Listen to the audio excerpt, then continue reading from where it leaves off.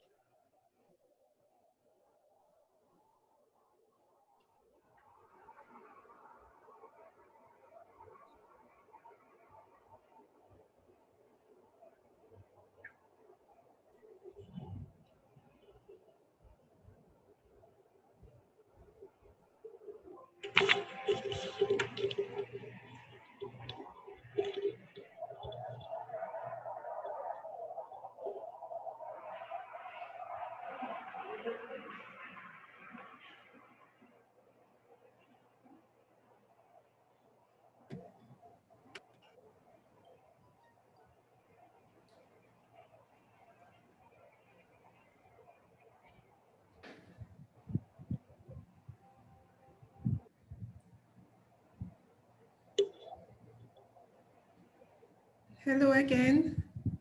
Good afternoon, everyone. We are now ready to start. And at this time, I am going to welcome again, as I should say to everyone, welcome to the ACHEA Forum, launching our 20th anniversary celebrations. At this point, without further ado, I will hand over to our able moderator, Mr. Valdimir Wallace. Could you make him welcome? I think Zoom has a clap hand feature. If not, we may have to. Right, okay. For the technically challenged persons like me, and you can see me, I'll clap, but the other persons can utilize the clap hand feature. No, I'm just Thank you. joking. Thank you very much, Lucretia. President, members of the executive team, everyone, a pleasant afternoon to you. My name is Valdimir Wallace, and my job is very simple this afternoon. It is to read the agenda to you and to guide you through a successful webinar. Now, today's presentations, they are very engaging. I've had an opportunity to read the abstracts, and I'm looking forward to hearing what the presenters have to say. But before we get into the presenters, let me just take this moment to say congratulations to ACHEA. 20 years, I think based on the legal structure, ACHEA is now, you are now able to get married in almost every Caribbean country at age 20. Yes. So it shows that this organization has sustained and they have weathered all the various storms that have come, because we have seen a number of groups start and stop, but ACHEA, you have been going for 20 years strong. I know the quality of the organization. I've presented at some of the conferences, and I've also had an opportunity to network across the Caribbean. So I'm making a pitch to all the persons who are not yet fully members of the organization. Sign up, it's worth it. Now, this afternoon, I'd like you to pay attention to the presentations to show you just exactly what the organization can do, has been doing, and will do in the future. Right, Mrs. Gordon Bryson? Yes, it's so very true. Thank you very Right, much. Mrs. Spacey Thompson? Right, so true. And I think that's an And so say all the other members of ACHEA. There you go. Congratulations to you, and keep up the very good and hard work. And I think now may be an excellent time to segue to President Facey Thompson for her to give us some remarks before we begin the presentation. President?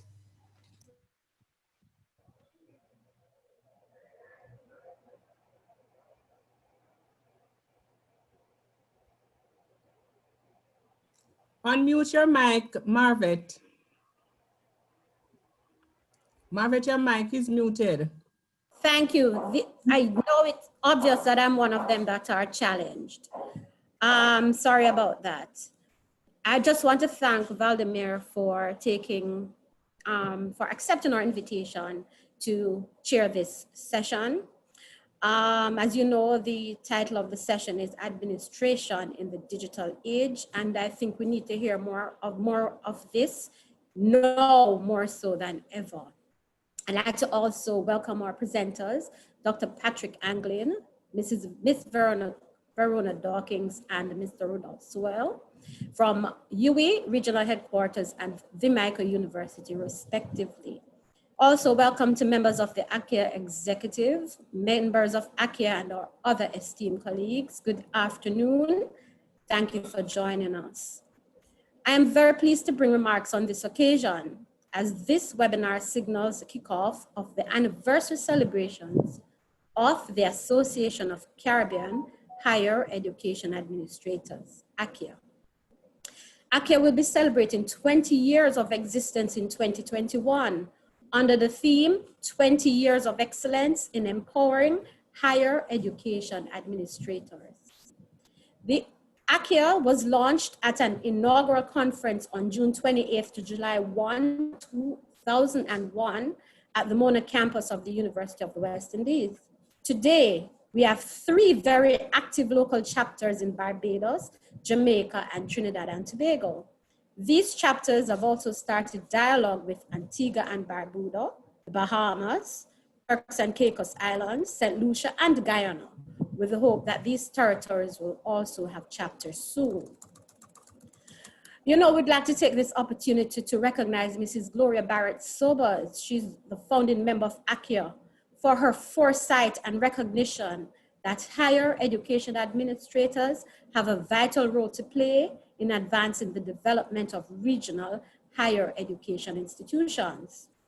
We wish to also thank past presidents, namely Dr. Gillian Paul, Mr. C. William Iton, Dr. Kofi Nkrumah Young, Dr. Linda Steele, and Mrs. Claire Craig for their dedication in ensuring that ACHEA maintained its relevance in the higher education sector. Let me just pause for a second just to correct Valdimir. I'm not the president, I'm the acting president at this time. And we'd like to thank these past presidents for their dedication in ensuring that ACHEA maintained its relevance in the higher education sector. Thanks also to past and present executive members for their tireless and unwavering support in ensuring that ACHEA remains the #1 higher education institution in the Caribbean region. Last, but in no way least, heartfelt thanks to our members, both past and present, and the volunteers for dedicating your knowledge and time to ACHEA's various activities. Colleagues, 20 years of existence is no easy achievement, especially amidst the rapid expansion and complexity of tertiary level institutions all over the world. This is further exacerbated by the current global crisis caused by COVID-19. This pandemic had ensured the cancellation of our ACHEA conference that was scheduled to be held in Barbados in July of this year. But in response, ACHEA says no conference, no problem, as we have been bringing to our various stakeholders free virtual webinars on topics of relevance over the past few months. Today, we will hear from 3 individuals who are no strangers to ACHEA as we await their thought-provoking presentations. You would have received an invitation from Mrs. Casey and Reed Martin, Secretary of ACHEA, to our annual AGM scheduled for Thursday, October 29th, 2020 at 2 p.m. Jamaica time, 3 p.m. EC time. We urge you to join us for this very important meeting. ACHEA has acquired a new management system tool to assist with the management of ACHEA's membership database. Members will receive over the next few days an email from myclubhouse.com. It is not spam, colleagues. It is so that you can renew your membership with more ease and efficiency. Instructions will be provided in the email for you to reset your password. We urge you to renew your membership or sign up to become a member of ACHEA to continue to benefit from these webinars and other services.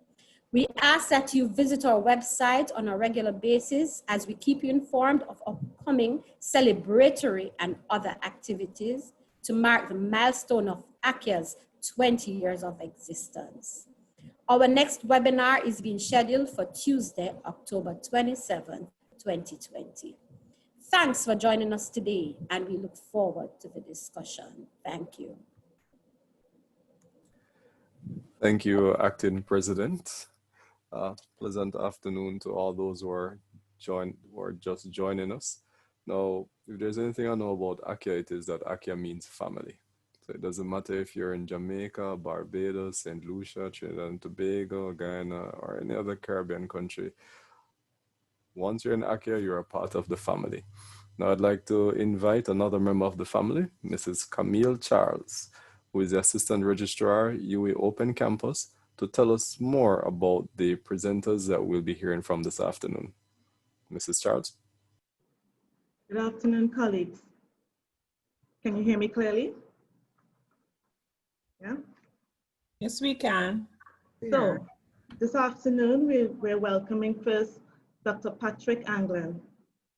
He holds a doctorate in business administration from the Manchester Business School, University of Manchester, United Kingdom.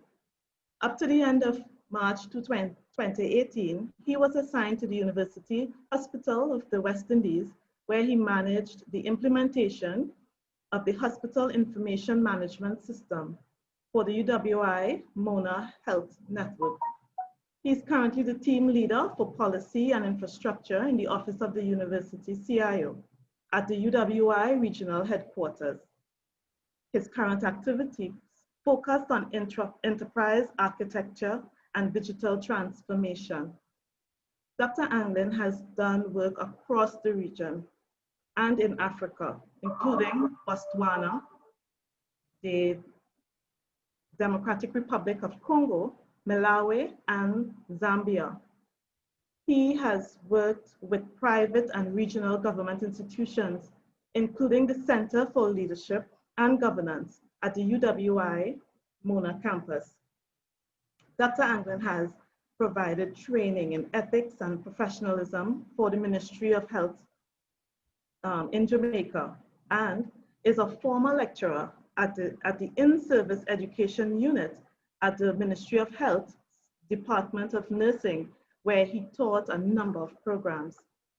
Between 2004 and 2008, Dr. Anglin was an external examiner for the Council of the Community College of Jamaica and a former course coordinator through the then School of Continuing Studies. He contributed to the drafting of the distance education standards in 2014 as a member of the University Council of Jamaica Distance Education Standards Committee, and is a member of the current UCJ Computing Standards Committee, working on standards for computing courses at the associate and bachelor's level.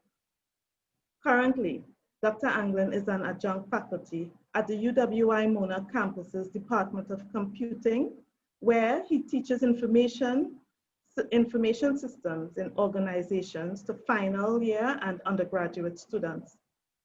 He also consults with several Jamaican tertiary level institutions, as well as entrepreneurs in the area of strategy and business planning.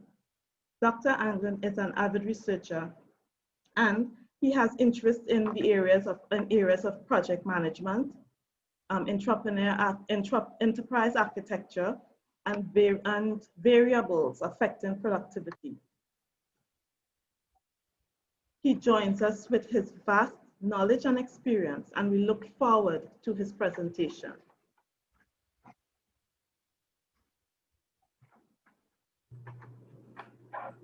We also look forward to the presentation by Mr. Rudolph Anthony Seawell.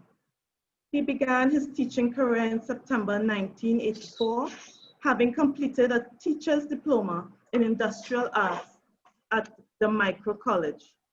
After the first 2 years of employment, he was appointed to act as a grade supervisor. His leadership on the job and his record of achievement while studying at the Micro College contributed to him being awarded a scholarship by the United States Agency for International Development to pursue a Bachelor's of Science in Industrial Education at the University of Arkansas. Dr. Seawell joined the staff of the Micro College in September 1989 as a lecturer. Over the past 31 years, he served the institution in various capacities, both in the academic and administrative sphere. He has been an active participant in the change processes at the institution, to include transitions to a university college and preparation for the granting of degrees. He was also instrumental in the establishment of structures and the promulgation of policies as the institution sought accreditation for its programs. Mr. Seawell also managed several projects on behalf of the institution. He holds an executive master's in educational management offered by the Micro University College with support from the Mona School of Business. He has demonstrated expertise in facilitating industrial technology and management courses, as well as in providing strategic leadership as the organization continues to undergo changes. He's a member of the Jamaica Teachers Association and the Association of Caribbean Higher Education Administrators.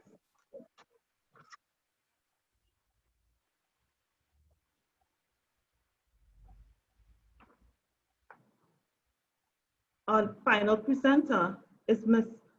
Verona Dawkins.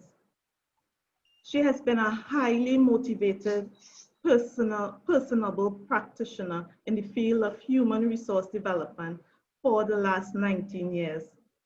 She was initiated into the educational system of Chitworth Memorial Primary, exposed to the secondary level of the system at Mount Alverda's High in the parish of St. James. She received tertiary training at Bethlehem and Church Teachers College and the University of the West Indies, where she achieved a bachelor's, a BSc in Management General, and a master's degree in Human Resource Development. She worked in the private sector for most of her career in the area of human resources and acquired some experiences in public sector as the director in human resource at the Micro University College. She spent the earlier years of her career as a classroom teacher, principal, and educational officer.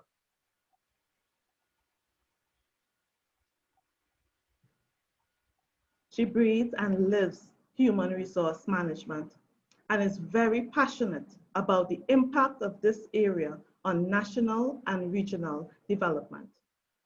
We would like to welcome these presenters to the seminar. Thank you very much, Mrs. Charles. Thank you so much for letting us know a little about the presenters this afternoon. Based on the introduction that you have given, I can see everyone is eagerly anticipating what they'll come to share with us based on their storied past, their experience, and their wealth of knowledge. Now, the first presentation we'll hear from is Dr. Patrick Anglin, and he'll be speaking to us a little about a paradigm shift in managing the personal data of students, employees, and the effect of new data protection legislation. And this is quite timely. I don't know how many persons remember Edward Snowden and the bombshell revelation that shook the world when he stated how data was being collected and also persons were technically being spied on.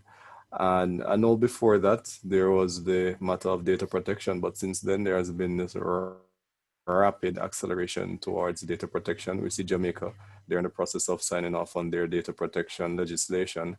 We see ACHEA, they're also looking at data protection in the Caribbean, but I'm not the presenter this afternoon. And Dr. Anglin is. And Dr. Anglin, can you take us through your research and the things we need to bear in mind as we look at administration in the digital age and you zone in on data protection? Over to you. Thank you, Mr. Wallace. Good afternoon, colleagues. I hope you can hear me. Yes, we can. Yes, Patrick, Okay, we're great, hearing. great. I see the thumbs up. I see the thumbs up. Thank you very much, Mrs. Charles, for your kind introduction. And I just want to quickly indicate that, and to the acting president and colleagues who are members of ACHEA, that I also am a member of ACHEA, and I am a member from the very first conference. So I am a proud ACHEA member. And I thank ACHEA for the work that it's doing in higher education, but also for not allowing itself to fall dormant during these difficult times. That said, I want to jump into my presentation. I think I have 20 minutes. Margaret, thumbs up if I have 20 minutes. Yes, 20 minutes. Mr. Wallace? Okay, great. All right, so the title is a little long-winded. So we're going to break it down a little bit. Normally, I would send a paper in, but today we're using this particular method to make it very light. And I'll run into it quickly. It is important that changing, things have changed, and the change will continue. It's a new normal. But some context. You'll recognize that the diagram in front of you, the illustration, shows connectedness, the connectedness of people. And our world today is highly connected. Make no mistake about it. Something which takes place in Jamaica within seconds is on social media and is available to the rest of the world for comments, for reactions, and just for information. Educational institutions are no different.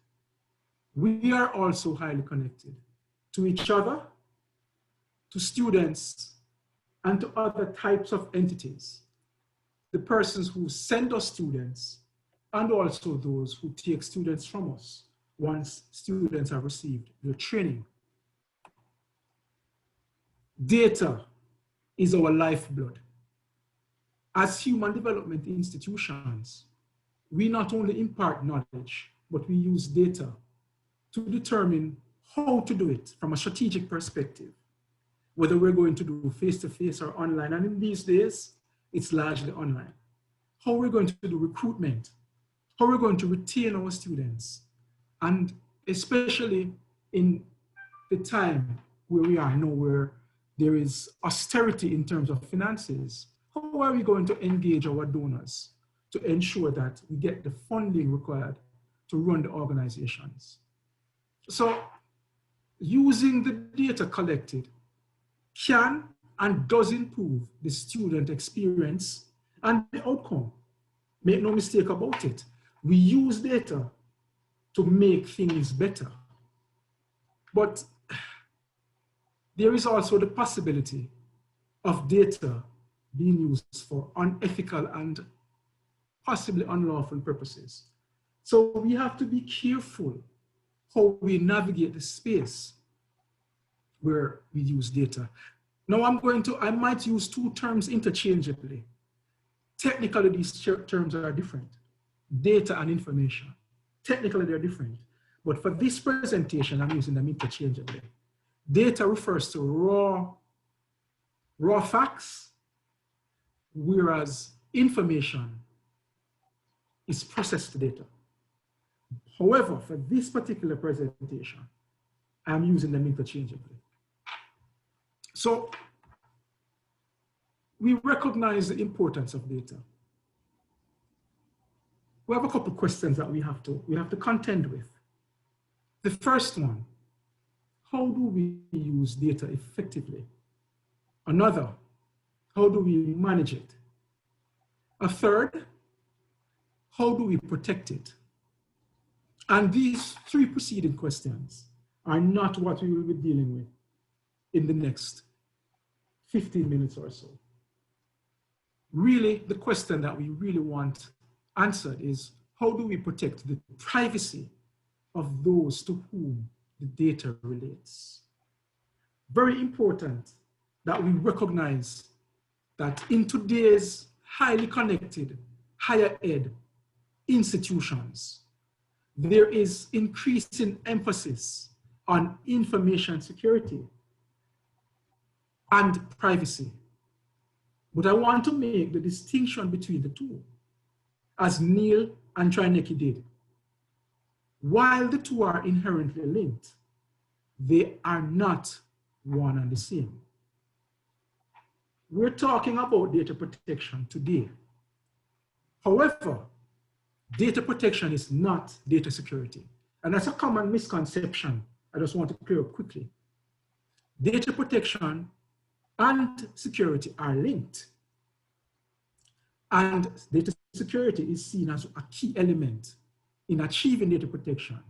And it can be seen as the process of securing data so that only those authorized to see it is able to access and modify. So typically you want to protect your data against theft from both internal and external sources. Data protection, on the other hand, is concerned with keeping data private. A definition: data protection is legal control over access to and use of data.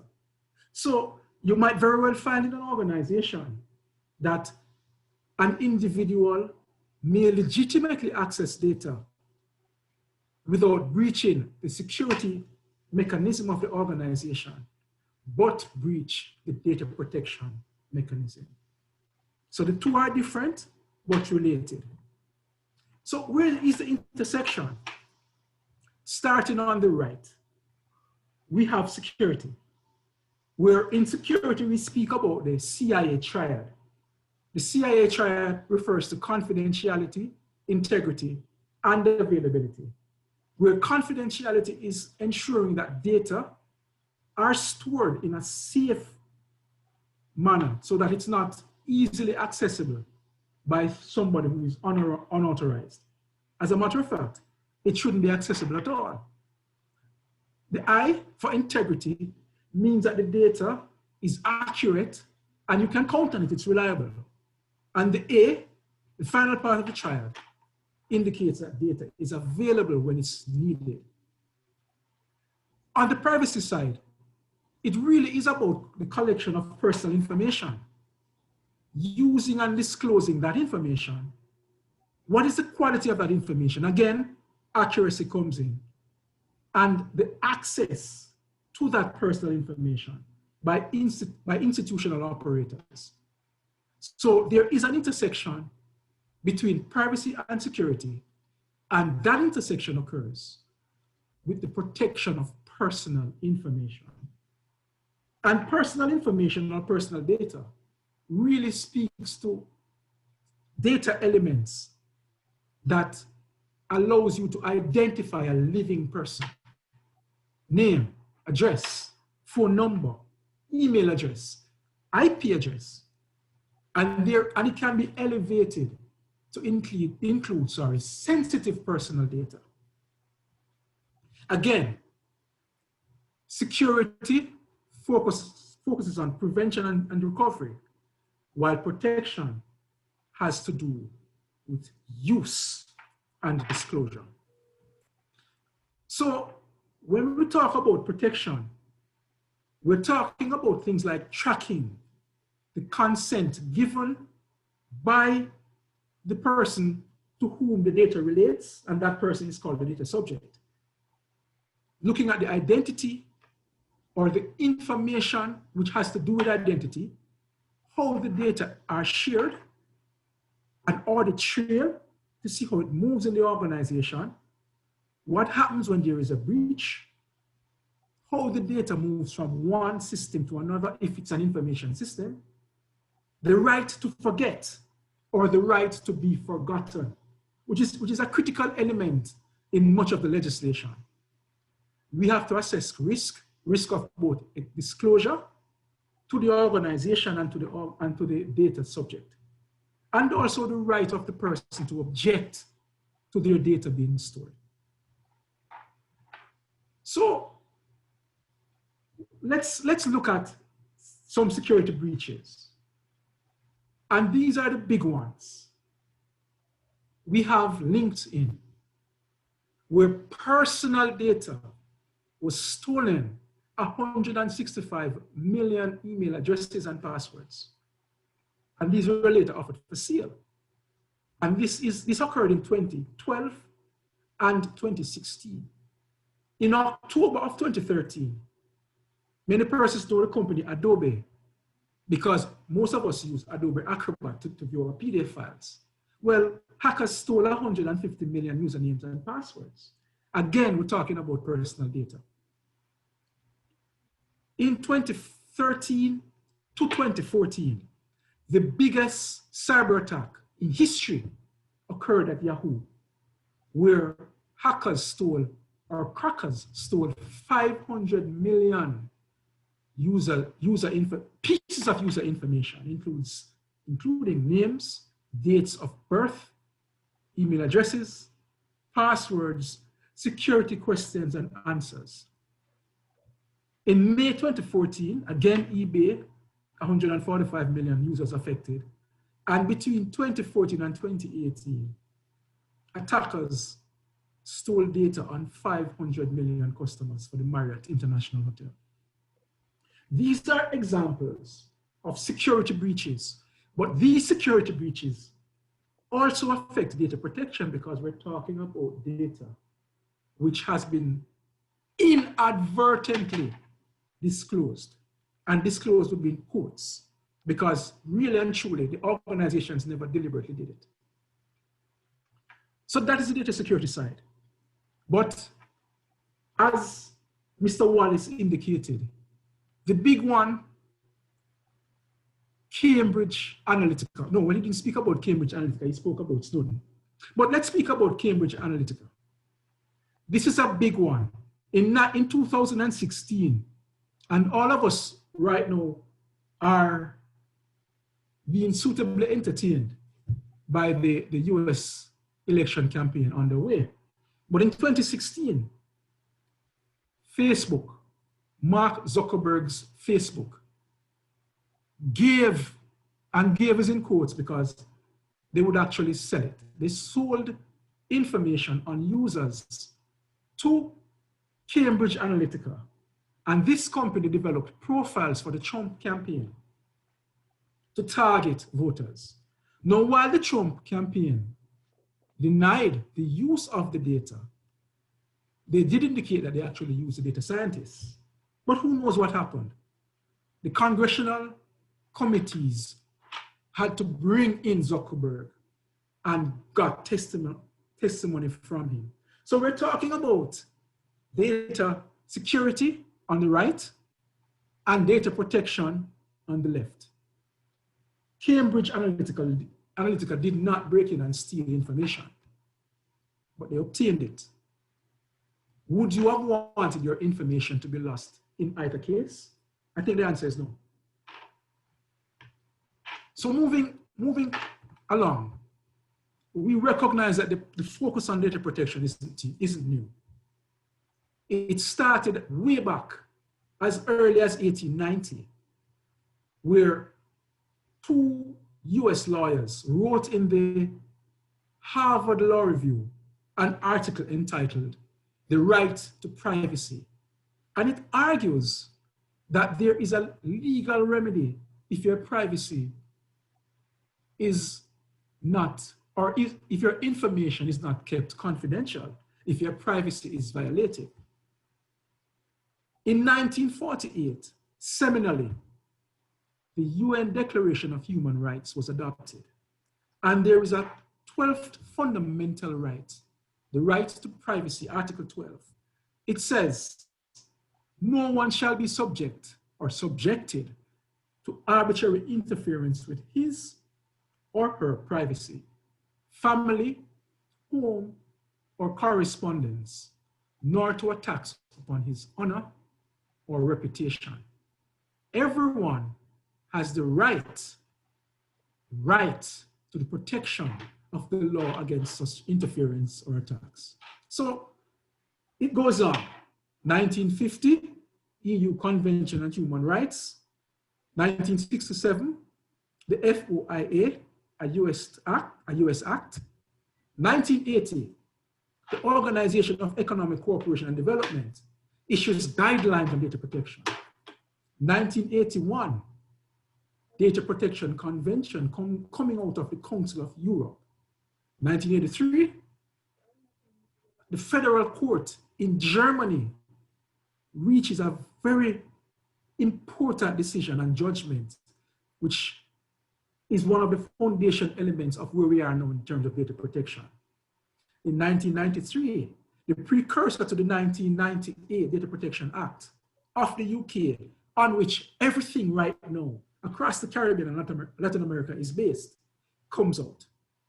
In 1995, the Europeans come up with the Data Protection Directive, which then turns into the general data protection regulations. But before we get there, in 2002, there brings into focus, or the Europeans bring into focus, electronic communications, email, WhatsApp messages. All of these things now are a part of data protection. In 2009, electronic communications regulations. 2013, regulation 611, which speaks about fines. 2014, we're talking about the right to be forgotten. And more recently, GDPR, which is the big guy out there. And now we're at the point where we have to really be focused on looking at the data in our organizations, because whether you believe GDPR affects your organization, the principles are embedded in much of the legislation across Latin America and the Caribbean. So what we're talking about really, internationally, there is greater recognition that one, people have a right to privacy. Very important. And two, people, no more than ever, have an expectation of confidentiality. Governments are now legislating that right and attendant expectation. So we must start looking at these things through new lens. The Caribbean is not to be left out.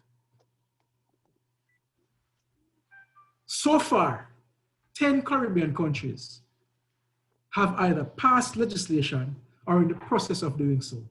Antigua, Bahamas, Barbados, Cayman, Dominica, Jamaica, St. Kitts and Nevis, St. Lucia, St. Vincent and the Grenadines, Trinidad and Tobago. You also have Belize, which has a Freedom of Information Act. What am I saying with all of this? 13 jurisdictions have comprehensive privacy laws. Higher education operates across these jurisdictions. The problem we're having is that we are not focused on what the requirements are. Well, according to Rich, and these statistics really, or these variables will have been improving over time, because this is a 5-year-old statement. Well, the first thing is that every law across Latin America and the Caribbean requires that individuals are told what personal information is being collected, why it is being collected, and whom or who you're going to share it with. How many of our institutions actually do this by a matter of course? When you give a student an application form to complete, do you tell them why you're collecting what you're collecting and who you're going to share it with? Can you legitimately share the student data with your healthcare provider without the student's consent? Choice. Every privacy law includes some kind of choice element. Now, that varies depending from country to country. Security. Again, we recognize that there is an intersection between protection and security.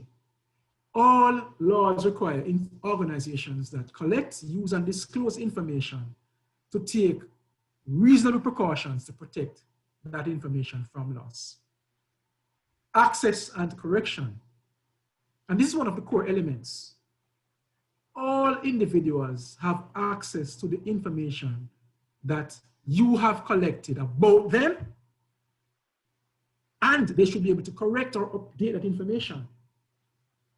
Too often you're hearing institutions telling individuals that they cannot see what their record looks like. Well, governments are saying no. Integrity. Records must be accurate, complete, and kept up to date for the purposes for which they are being used. This is an important element because sometimes we collect information from students at the first year of entry, and we never update that until possibly we're asking them for a donation when they become an alumnus. Well, guess what? Legally, we now have a responsibility to keep information accurate. And finally, the laws require that we retain personal information for the period of time required to achieve the purpose of processing. It's a tricky one because higher ed requires information to be kept for things like transcripts. So most of the legislation have exemptions in it for higher ed, for health, and for research. So now that we recognize what is out there, persons have a right to privacy, an expectation of confidentiality, and governments are legislating this. We, as education institutions, must develop data protection standards, and we must include our stakeholders. We must develop policies and procedures to ensure that these standards are adhered to. We must develop a well-defined governance structure with unambiguous roles and responsibilities and defined outcomes. And we must think about populating certain positions. For example, a chief privacy officer or a data protection officer to ensure that data is kept private and confidential. So the 9 must-dos before I close. All of us here in this forum have a responsibility to familiarize ourselves with the various pieces of legislation which affect our institutions. I have reference material at the end of this presentation that you can use. But institutions must create the privacy governance structure to drive the compliance program. Thirdly, institutions must undertake a personal data inventory. What does this do? This allows us to recognize what we're collecting. Because guess what? Some of us don't know what we're collecting. And some of us don't know why we're collecting what we're collecting. Of course, if we want to be GDPR compliant, we have to assess current practices. But importantly, we have to specify what practices allow us to be compliant for GDPR. We don't have to worry about GDPR, because our local legislation takes care of us. We have to also, as the 5th must-do, conduct an impact assessment to not only identify, but to manage the risks if there is a breach. Implement the requisite technical and business measures. Create the notices for your students, and most of us who have been on the web have seen the notices. We must also create consent mechanisms. Remember now, persons have a right to say, no, I am not giving you this information. And we must create formal procedures to report breaches. So in closing, we must begin to think differently. We must plan differently. And of course, we must act differently, because persons now can enforce their expectation of confidentiality based on their right to privacy. I thank you.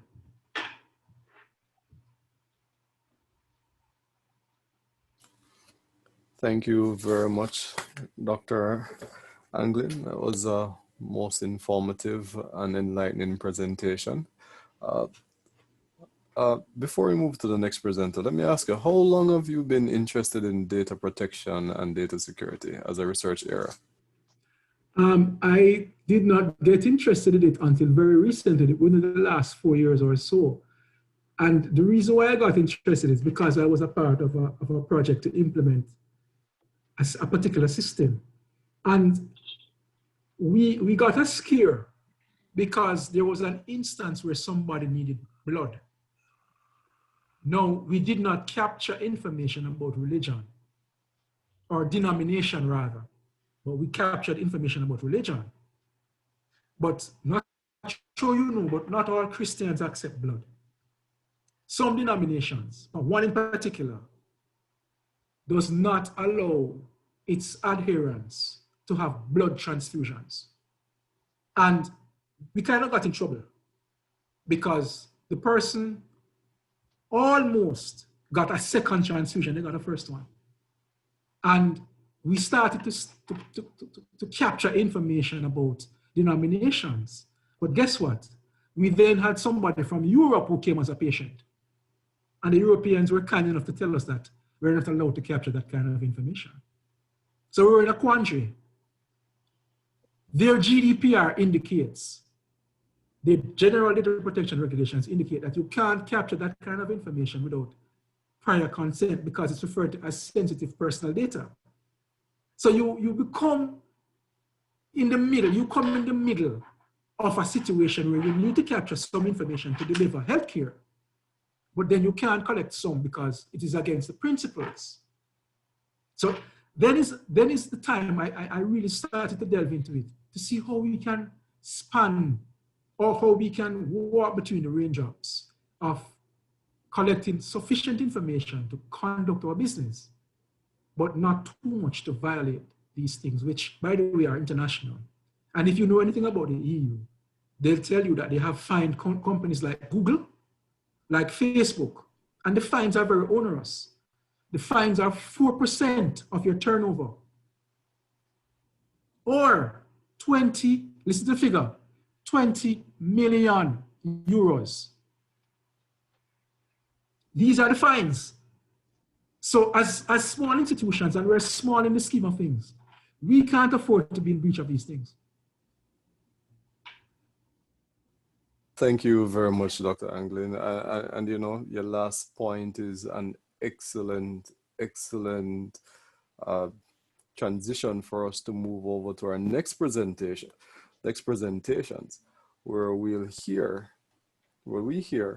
from Mr. Rudolph Seawell and Mrs. Verona Dawkins about their experience at the Micro University when and they're speaking about the experience of a group of academic administrators as they're doing a major process to bring the institution more in line with the digital age. So from Dr. Anglin's experience in having a scare, so to speak, and then developing an interest in data, we now get another experience from academics from our sister university here in Jamaica, the Micro University, where we will now hear more. Well, I can't tell you their experience. I've read the abstract and I really don't want to be a third presenter. So I'll allow Mr. Seawell and Mrs. Dawkins to present. Over to you. Sorry. Thank you very much, moderator. As you explained, it's a joint presentation with my colleague, Mrs. Dawkins, and we are thankful to the leadership of ACHEA for allowing us to participate in this webinar. Our presentation is on the experiences of a group of academic administrators as they participated in a major change process at an institution.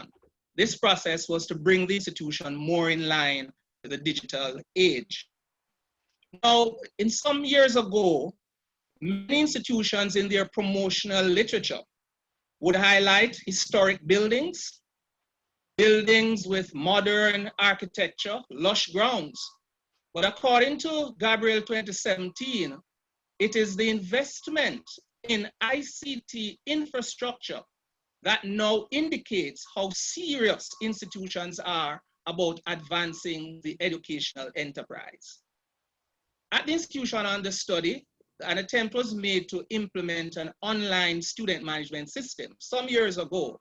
It was expected, of course, to ensure that we have a proper information processing system for students from application to graduation in this digital age. Now, various stakeholders had to play important roles in this process. We focus on the academic administrators because they are on the academic side, program management, some amount of student management, but they had a very critical role to play. So we just chose them as the group that we would involve in this study. After about 6 years of operation, when we started the work, we recognized that elements of this change process were not being achieved. The institution was also preparing for another major change process. This time, it would be a management system that would involve staff members. And so we thought it would be good to go back to reflect, to get the experiences of those who were involved in the previous change process, and so that we can learn lessons that could be applied at the next stage. So the problem was to interpret the expectations and experiences of 3 academic administrators as they participated in this particular change process. We guided our research by using 3 questions. First one, what were the beliefs of the academic administrators about the need for an online student management system? We also wanted to determine how did they respond to the change efforts involved in the implementation.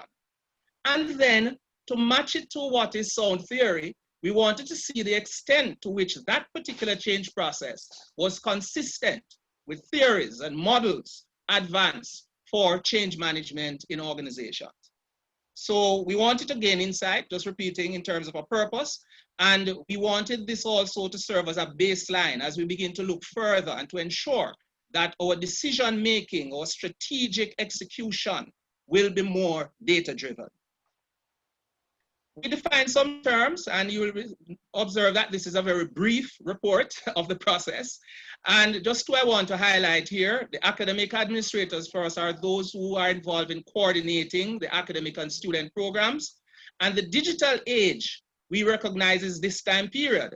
Computer-based technologies are deployed to provide users with the ability to easily and rapidly transfer information. In reviewing literature, we focused on 3 areas. What are the factors influencing technological changes in organization? We looked at models of change management and also resistance to change. In giving a brief synopsis of what we found, I want to start with a statement by Peter Drucker way back in 1999.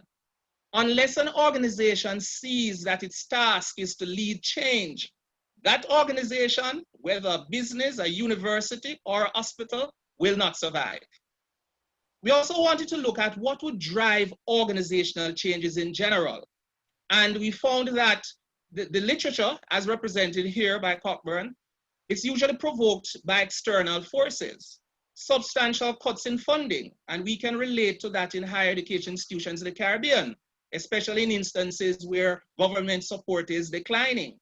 The need to address major new markets are clients. Clients are getting more sophisticated as they pay fees instead of getting a place sponsored by government.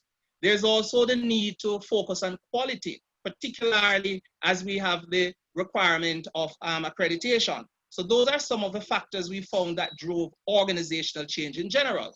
But what about technological changes?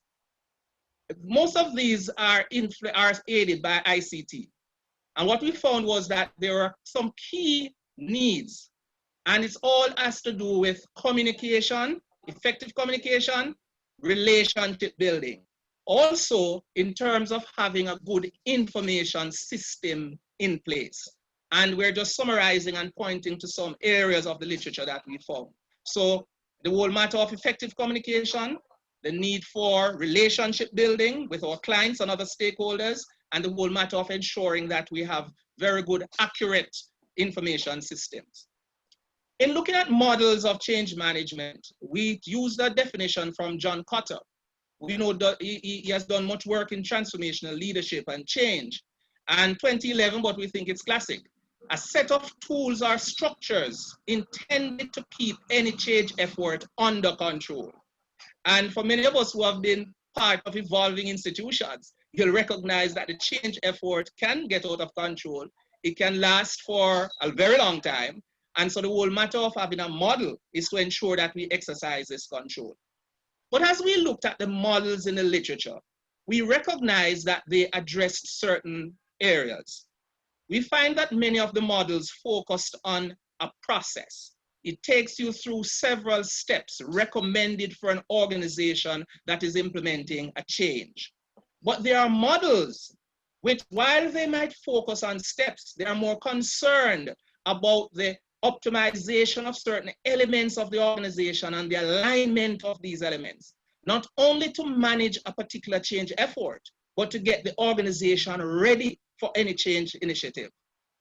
A large number of the models focus on the responses of participants, their emotional responses. So yes, you could use them to help develop charter course, but it helps us to examine what are the responses. And we're interested in these because we're also looking at how the academic administrators responded to the process. We identified 10. Won't be able to go through. In fact, in the research itself, we focused on 6 of them, but I just placed them in the categories for information. So in terms of sequential implementation process, Lewin's classic Kurt Lewin 3-step, Cotter's 8-step, those are the ones we found. Those that focus on alignment now of organizational elements are like the McKinsey 7S model and the ADKAR model. And then there are several which address participants' response. Those that we highlight in brown here, those that are not black on the screen, are the ones we explored fully in the study. But in this presentation, we're just going to highlight 3 of them briefly. Cotter's model is an 8-step model, beginning with creating a sense of urgency. Cotter believes that unless you create this sense of urgency within the organization, then people will remain comfortable with what is happening, turning a blind eye to all the external factors that are now influencing that change. So he has suggested that's how you start, not even strategizing as yet as to what should change, but creating the sense of urgency. How do you do it? You point to what is happening in the external environment in terms of the opportunities and the threats. We have read where there are CEOs who are very creative in their reporting, including accounting, could be unethical, to create this sense of urgency. Cotter suggests that we should create a guiding coalition. And you'll notice all of this is before vision and strategy.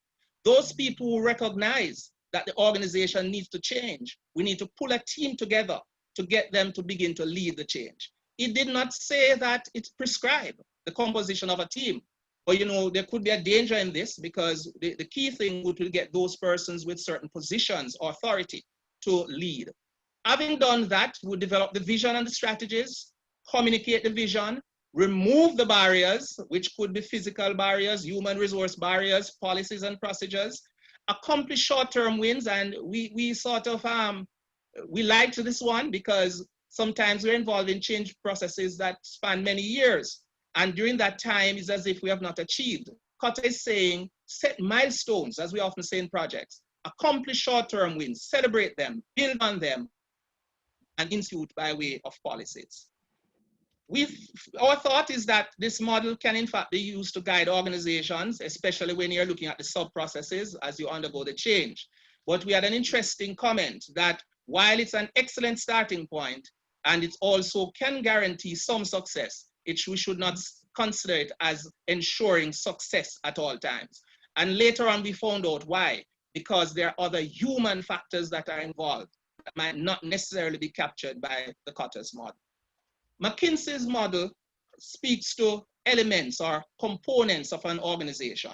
And the idea here, they're not looking at a system in terms of a sequence now. They're saying the organization must have a strategy. It must have a structure. It must have systems.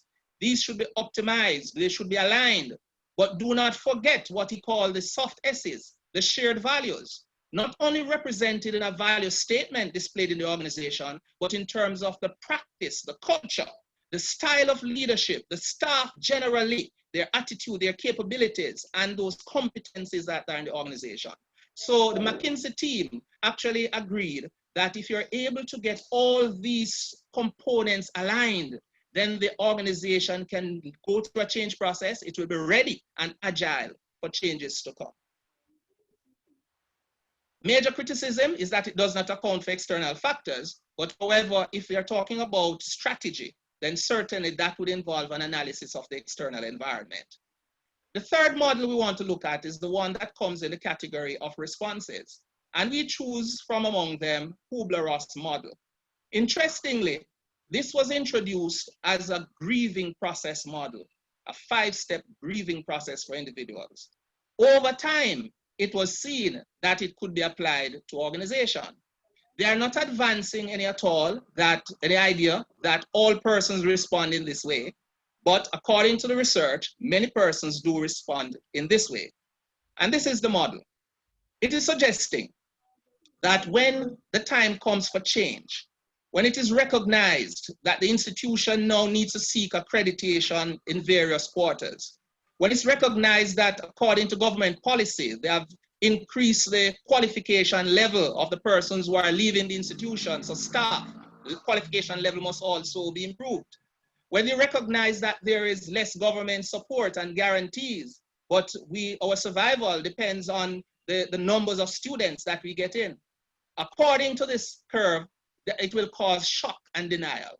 Shock, denying that is happening, denying, thinking that, well, this is another government policy that will come to naught.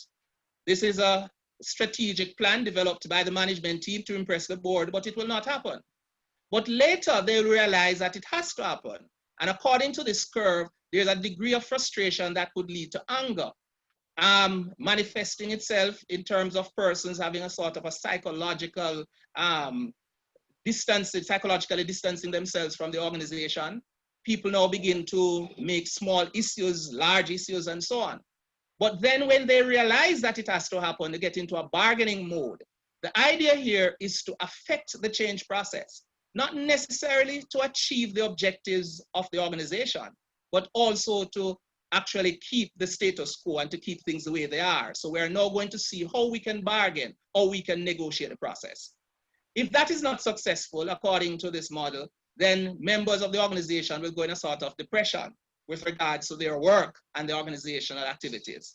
But at some point, when it's understood that it has to happen, when the education takes place, when the nudging takes place, the communication of the strategic position takes place, then there will be some level of acceptance. So research is continuing on this to sort of identify how many organizations experience this, but it's something that many authors have recommended that we are involved in change management should consider.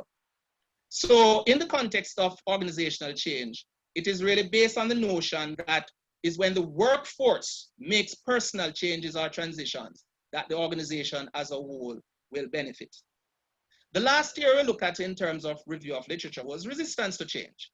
And a lot of what we found is summed up here by Lamberton and Evans. Members are often fearful of the unknown, uncharted area, fearful of job losses, particularly when it comes to changes involving the application of technology and automation and customers serving themselves from various points. Sometimes they found that people are just resentful of the change agent. However, the CEO was appointed, philosophical differences, and they just are resentful of the change agent. Sometimes people sincerely believe that the change is not in the best interest of the organization. We are destroying the traditions and the core values. And sometimes persons would like to change, but they have difficulties with the pace of the change. The project management people, however, think that the project management methodology solves all the problems because they examine 10 areas. And they feel that the only reason for failure in change is because we are not applying the project management principles. At this point, my colleague, Mrs. Dawkins, will continue. So we looked at the design of the research and we used a qualitative case study methodology. And as you can see that Denzin and Lincoln speak to what researchers seek when they use this method. And they're saying that it is to look at how the social experience is created and meaning given. If we also look at what Miriam has to say about this, says that we concentrate the attention on a particular group of people with confronted specific problems. So the research was carried out, and we're looking at the research site, and Mr. Seawell suggested earlier that we're looking at a higher education institution, and this one was located in the parish of St. Andrew in Jamaica, with over 2,000 students and over 200 full-time and part-time lecturers. The institution has 6 major divisions. It has the academy, the administration, finance, HR, registry, and there's also a diagnostic and therapeutic services that are offered. The academy is made up of 3 undergraduate faculties, the grad school, and the School of Continuing Studies. So we have an idea as to the makeup of the institution that we're speaking about. So we looked at, as you were told before, the academic administrators who were involved in this change management process of an SMS system. We conducted semi-structured interviews, and the purpose was really to look at the experiences and perception of these persons while they went through that process in the institution. So there were a number of questions, 3 questions that we want really to focus on. And the first one is, what are the benefits, or sorry, what are the beliefs of the academic administrators about the need for an online SMS?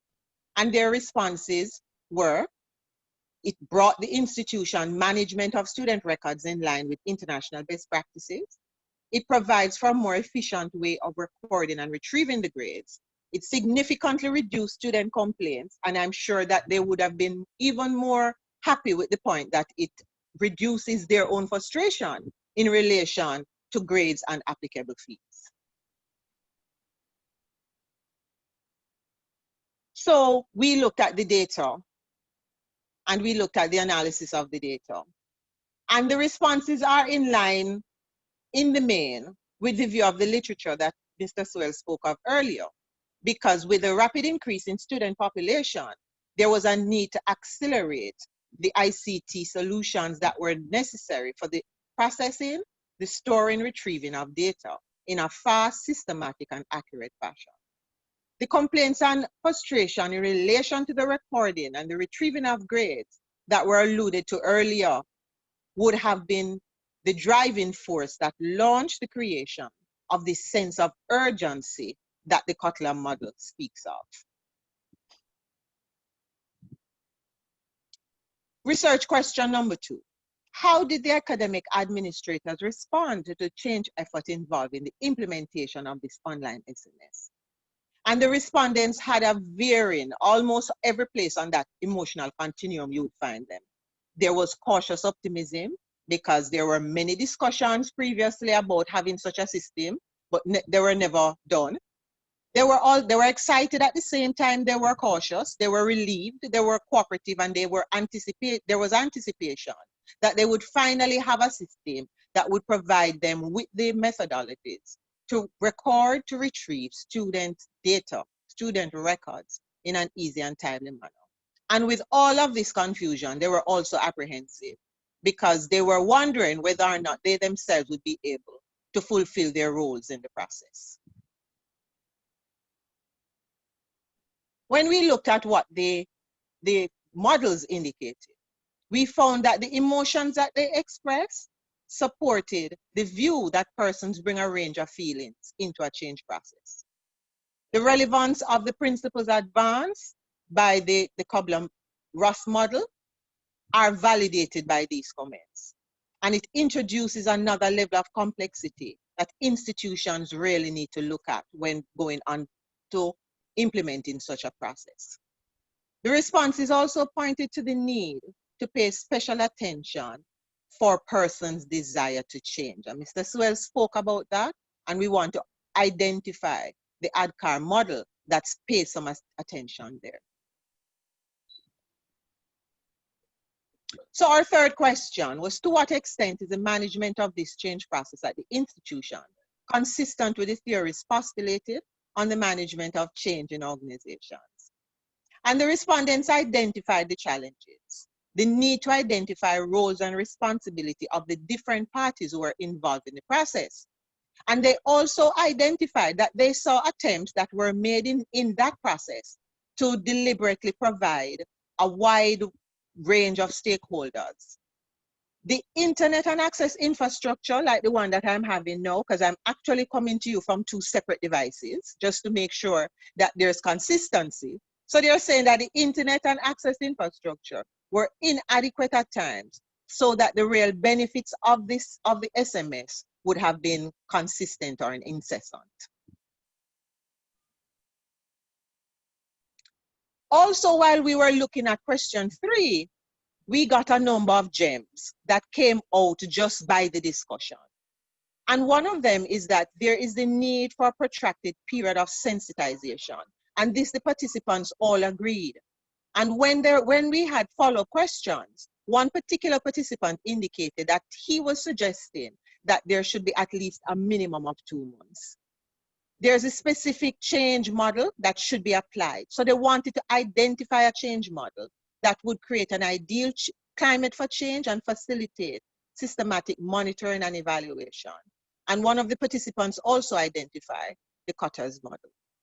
Conduct action research during the implementation so that there could be the opportunity for observation, reflection, for the collecting of data, analyzing, and for the evaluation, which would lead to improvement. And they also were careful of pointing out the benefits that they saw from the choosing of a project leader and the team with care, as the team, the right team makes a big difference in how the implementation is done. These responses indicated that the participants received some degree of structure to the change process in keeping with the PMI principles as earlier pointed out. But they could not identify a specific change management model which was being employed. It therefore, in their minds, require that consideration to the use of the PMI methodology needs to be accompanied by a change management model if it can solely satisfy all the needs identified by the participants. There appears to have been a strong emphasis on stakeholder management and technical transitions, but the project could have been placed more centrally in the overall transformation of the organization. And we are going to deal with that in one of the 2 recommendations that we have. It could be argued that the McKinsey 7S model could be beneficial to eliminate or at minimum minimize the gaps which are identified that created in terms of the capacity of the ICT infrastructure that was available. So we want to look at 3 points in our conclusion. That the academic administrators were aware of the need for change and were also aware that technological change is required in order to meet the changing needs of students and stakeholders. They also recognize the need for this technological change, that their emotional responses must be considered carefully as the change process is implemented. And while the project management approach to the implementation of the specific changes will yield positive results, applying a change management model to the organization as a whole would have yielded great success. So we wish to make 2 recommendations. The first one is that evolving higher education institutions should place greater emphasis on research into the change management processes and take steps to become more prepared for changes, as the era in which we are requires institutions that are agile. The Cotter model seems best suited for these institutions, but the emotional responses of participants and the readiness of the organization as a whole to undergo transformation must also be considered. And we all want to break that out into 2 areas.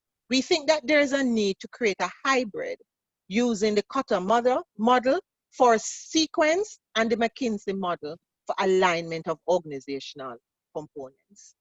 The emotional responses of participants can be addressed under the staff component, as you would have seen in the McKinsey model.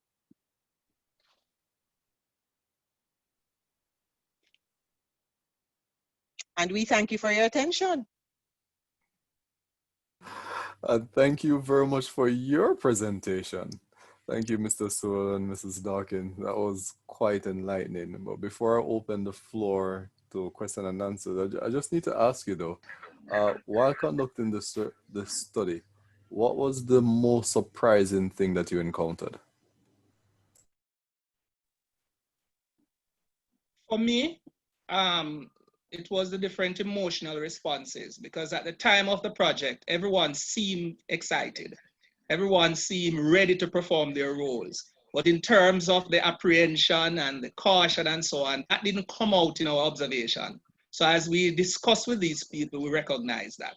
And secondly, the fact that persons were engaged in a change process, but expecting a model, because we didn't present these models. We just asked them what advice would they give, and they simply expressed that they should have seen a little bit more structure in terms of that. Those were the two things on my part. Yeah, on my part, I think that, yes, on my part, I think that the most, I hope it's not my, I think you may have to mute the computer. I'm gonna switch. I'm gonna go back to the computer and see if I get a better and then get off the phone. All right. So there I am.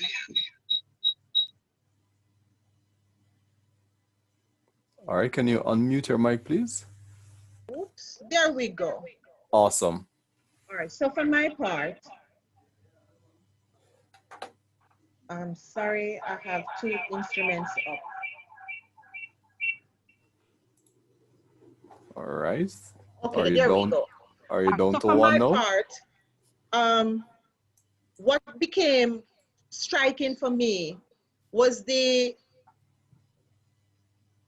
importance that the emotional feelings of the individuals played in the process.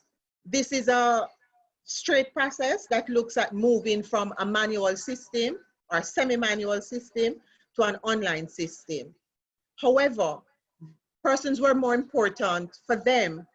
It's what they went through emotionally that created for me that element. It just never occurred to me that it would have been that important. And thank you very much for that insight, and thanks again for your presentation. Well, ladies and gentlemen, we are still on time and we've been doing well with time. So we have 15 minutes for question and answers. If you prefer not to unmute your mic and speak, you can also send me a private message. If you would like to ask a question to either of our three presenters, I'm asking you to use a raise hand feature. And after you have been identified, then you can ask your question. And please, I'm asking you, don't raise your hand just to shout out your institution. This is not the section for it, but we have that section coming right up. So if you have a question for either of our presenters, please raise your hand or send me a message and we'll ask them. Thank you very much. Valdimir, Levine Griffiths had a question. Levine, are you on? You could ask your question here. Okay, the question actually is to Patrick. Okay, go ahead, Levine. Well, I was asked a question to Patrick on his presentation, and I think Patrick answered some more, but I was seeking a little bit more. I must say I'm enjoying this presentation and, you know, continue the good work. But Patrick, in terms of, as we know, what is happening now and everybody is transitioning online and security becomes a great issue. And based on what you were talking about, penalties in regards to students, I wondered how we are transitioning as a university. I can only rest to say University of the West Indies so far. I know there are other institutions in this call, but how are we now preparing for our staff members and their security online? And what are some of the implications, even as the government move towards looking at policies to protect persons in the online environment? So that's my question. Okay, thank you. Thank you for the question, Levine. All right, so just to get specific to the University of the West Indies, At the moment, and as I indicated in the 9 things that ought to be done, one of them is to come up with a data protection philosophy. And the University of the West Indies has done so and has passed through the University Finance and General Purposes Committee, which is a subcommittee of the University Council. And for those who don't know, the council is the board of management for the university. It passed on Valentine's Day, in fact, this year, the University of the West Indies data protection policy. Now that policy is being promulgated now as we speak, and that started on the 13th of June of this year. And promulgation means several things. It means putting it into effect, but it also means preparing the environment. As Mrs. Dawkins and Mr. Seawell indicated, there is some amount of change management which must be done. The university has divided itself across the 17 countries that it operates in the Anglophone Caribbean, and across the 4 centers that operate internationally through China, Nigeria, US, and Canada, into 6 core elements. The first one is legal, and this would be the legal implications of all the legal landscape, first of all, across all the countries that it operates in, and also the implications of a breach legally. And more importantly, for us internally though, is to look at our existing procedures and policies which are written. The other working, and these are working groups, the other working group, and there is no order that I'm telling you them in. The other working group is HR, Human Resource Management. And so we're looking across our HR to see who is using what and for what reason. But also, in terms of our change management, sensitization as to what is coming, sensitization as to how it will affect their work, and sensitization as to what is expected of them in the future. In addition to training, specific training in terms of data protection. Those are 2. The other one is marketing and communications, which really is about internal public relations and external public relations, but also ensuring that the organization is ready for the messaging which is coming. The 4th, as you can well imagine, would be information and communication technologies.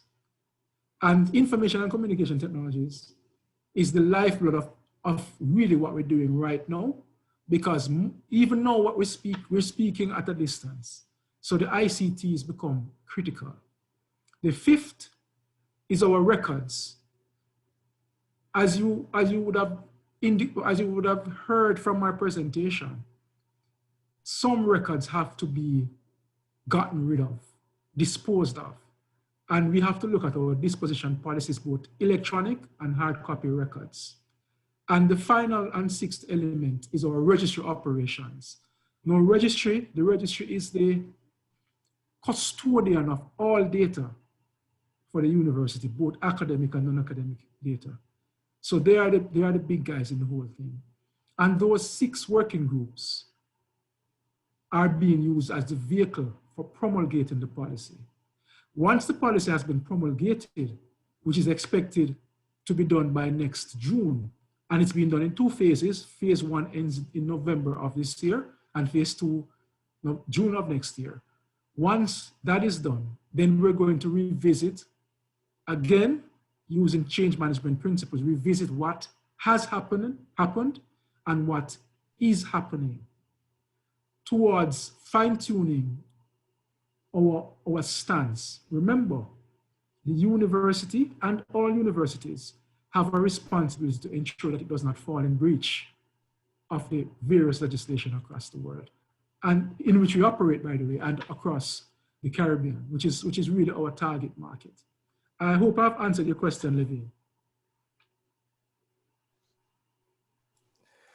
Yes, very much. Thank you so much, Patrick. Thank you, Levine, and thank you, Dr. Anglin. I see we have a question here.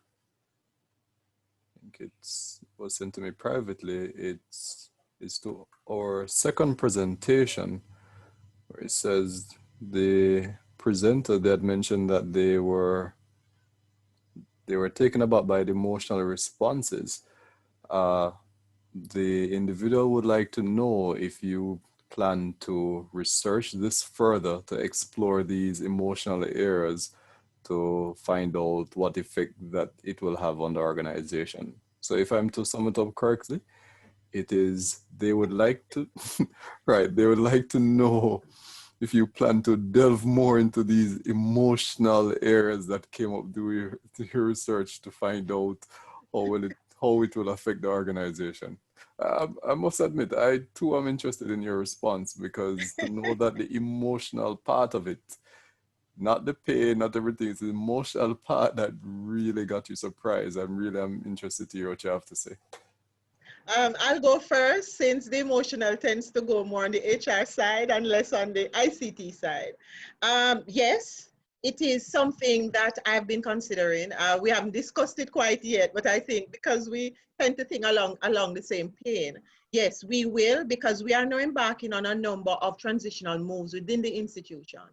And having had that kind of experience, no, it would augur well for the institution if we learned from those and the next round do much better than was done at the last going. Mr. Seawell?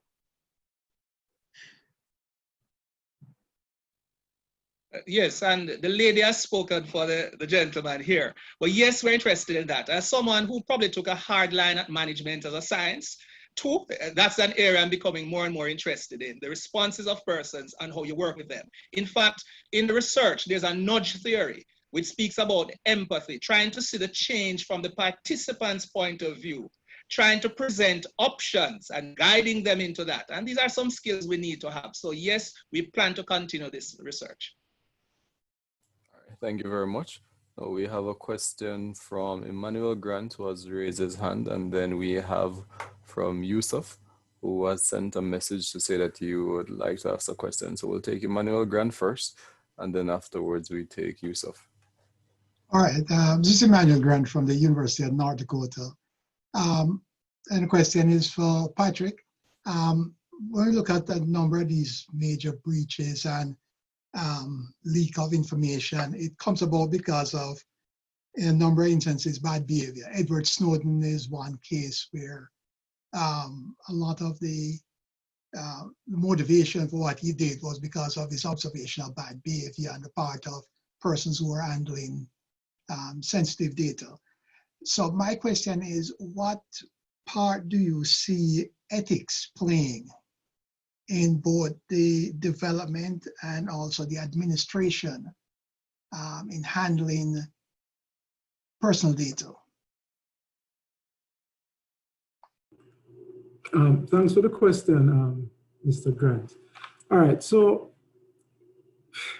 that's a difficult one, because ethics, there are two types of ethics, yeah? Broadly speaking, in terms of business ethics. The first one is the personal ethic that the person brings to the organization. And your ethic is fueled by several things. And the second one really is the organizational ethic. Of course, you can go broader to a third one, which would be professional ethics, which comes out of your professional association. So ethics do play a part and are important towards regulating behavior. But my argument is really not one which focuses on ethics. It focuses on the management of data in the organization. Because the organization, while ethics are important, both from an organizational perspective and also from a personal perspective, cannot depend on ethics. It must put principles in place, and it must put procedures in place in the event that the individual doesn't come with any. And that is why, firstly, there must be an audit of personal data and how these data are being captured, are being managed, and are being stored. You indicated that Snowden's behavior was bad behavior, but not everybody agrees that his behavior was bad behavior, depending on your ethical stance. Snowden was motivated by the fact that the US government was spying on its own people. And he saw himself with a responsibility to disclose that. Now, depending on where you sit, you might agree with him or not. But irrespective, the organization cannot afford to be dependent on situational ethics. It must put in place procedures, it must put in place regulations, and it must have penalties. Because at the end of the day, if there is a breach, the organization will be penalized. Thank you, Dr. Anglin. We have Yusuf who has a question, and I know time is running out. So after Yusuf, there's another question that was asked earlier, and this was to our second presenters. But we'll take Yusuf, then I'll ask this question, and then we invite Dr. Edward to do the vote of thanks. So Yusuf, over to you. Thank you for the opportunity. Yusuf Saleh from Nairobi, Kenya. First of all, I would like to give my appreciation for the presenters. This is well timely researched presentation. My question, and I know it's many of us are asking ourselves, where do we start? Do we start on data protection or data security, or we go to the second presenters? We're going to the SMS, student management system. So which one comes first? Or which one will be our priority at this point in time? If I may, I would think that you would need to look at where you are to determine which comes first, because we might have a chicken and egg situation at that point. So it is where the institution is at the time. I think now at some point we might have to also look at how we treat with the data that we have on this SMS system, given the new act which was passed, given the new thinking on how data is stored, how it is collected. So we will now have to move from the implementation side to the look at how we secure and how we protect. I suspect another institution that is now entering the phase of going to the online system would want to look at its accompanying system, its auxiliary system, before it starts with its collection and its storage of data. All right, so let me share a slightly different view. Data protection is not really about the format that the data is in, which is a common misconception. Because even without an electronic information system, every institution has an information system. And remember, a system is just a group of components which work together towards the same end. So even if you're not implementing something electronic, you do have something which is in operation now at the institution.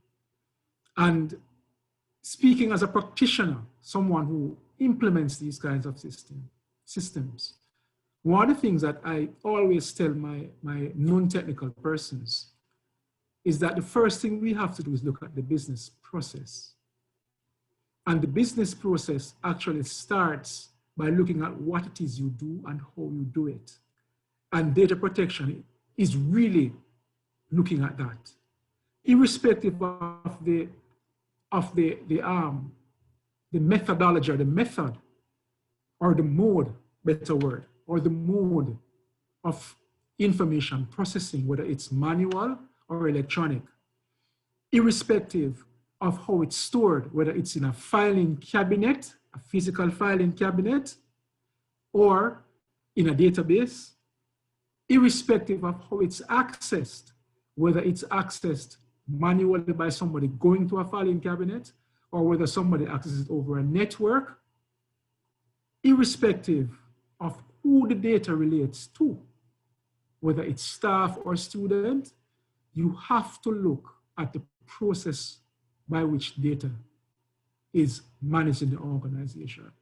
I believe that the SMS comes next because the SMS is going to be implemented to automate the process and to ensure that information now is readily available. And using the CIA triad, you have confidential information, it has integrity, and it is available. But data protection moves outside of the realm of digital information. Thank you very much. And the final question comes from Jacqueline Mocox, and she had asked our second presentation, the presenters in our second presentation, how did they respond to the resistance to the change, if any, when they're implementing the SMS? Okay, we did not explore that in the research because remember, we were doing the research on a process that was implemented. So we didn't pose that as a question, so we didn't get the responses. What we know though is from the understanding of the models, there are various theories and approaches that have been proposed. And that is something we probably need to explore. But because we were tracking it, we were not tracking what attempts were made to deal with resistance. So we cannot answer it from a data point of view.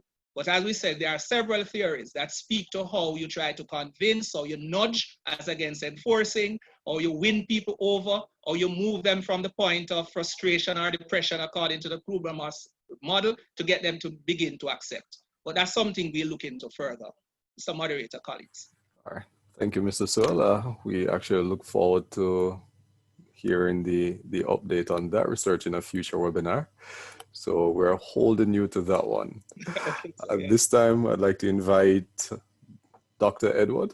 He's the chair for the Barbados chapter to give the vote of thanks. I know we would like to stay a little longer and pepper the presenters with more questions, but unfortunately, we know how time it is. But we are, and the president and the team, they've assured me that we have future webinars. So just stay tuned and we can get to question them some more in the future. But at this time, Dr. Edward, over to you. Okay, thank you, Mr. Moderator. Thank you, Mr. Wallace. There is the general perception that an administrator gets up in the morning, goes to work, spend the day at work, come back home. What our speakers have done this afternoon is to debunk that perspective. It tells us that administration is a science, is an engineer, is an engineering field. And our speakers have challenged us to think and to interrogate the questions of data security, data protection. To take us further into change management. Many people take change management very lightly. You're supposed to fit in. This is supposed to be what we say it should be. Our presenters have challenged us and have taken us through the processes and the science of those two areas. So I would like to especially thank our speakers, and I would like to thank the first speaker. This is Dr. Patrick Anglin. Dr. Anglin, I am into computer science. I'm into data protection security, and I'm very much impressed with your presentation. I note that you had 20 minutes to present an entire field, and we very much appreciate the way that you have been able to condense your presentation in a manner that is easy to understand and easy to follow. Mr. Rudolph Seawell and Ms. Verona Dawkins, you presented on change management. Many people take change management very lightly, and it is heartwarming to see that you have taken this topic and present to us as administrators and the many other people who will be watching these videos in due course, how change management is very important to the administrator. I would like to thank the audience. We are very grateful that you have seen the importance of being part of ACHEA and taking part in ACHEA's activities. You have been notified, or as we will say, put on notice of the next webinar, and we hope that you would also be present. So thank you to the audience. Thank you to Mr. Moderator, Mr. Valdimir Wallace. You did a fantastic job. I must say that you have guided the discussion. You're really the pilot who gives us a smooth takeoff and a very smooth landing. So we thank you very much for a job well done. We cannot end without thanking the technical staff. The technical staff who manage the Zoom room, who manage the Q&A, the technical staff who present the flyers, sent emails, the technical staff who made all of this possible. And finally, and not least, I would like to thank the executive. Usually, what we see at a show is the final product. What happens in the background is usually more work than what happens on stage. And the executive has worked tirelessly to get this webinar up and very productive. So I would like to thank the executive for doing a fantastic job. So to round up, let me just say thank you to everyone and have a good evening. Mr. Chair. Thank you very much, Dr. Edward. Before I go, I must thank thank you very much for your kind words, and thank all the participants who stayed on. Also, Dr. Edward, I'm not quite sure why all of us are in an office and you're on the beach side. I don't know if this is the new normal for you, but if you'd like to share office space with us, I'm pretty sure we'd like to share it where you are. So before I go, I'd like to send a special shout out to Money College. We noticed that in the chat, we had quite a number of persons from all over. So we have Nairobi, Kenya, we have UWI St. Augustine, University of Technology, Jamaica, we have UWI Mona Campus, UWI Open Campus, we have University of North Dakota, University of Guyana, the Michael University College, we have the University of Belize, we have Bellevue Hospital as well, and we have the University of Science and Technology. And if I've missed your university, please forgive me, but I know ACHEA's reach is far and wide, and we are looking forward to seeing you and your colleagues in future webinars. It was my pleasure being here, and we look forward to seeing you again sometime in the future. I'm going to ask you before you go, please, to complete the post-seminar poll. Based on what you say here, we know at ACHEA how best to improve our future webinars to enhance your experience. And on a personal note, how well you grade me will determine if you see me again as a moderator in future sessions. So it's not a plug to say, give me a good mark as I need the job again, but please give your honest feedback. Thank you so much, and it was my pleasure. Have a wonderful afternoon.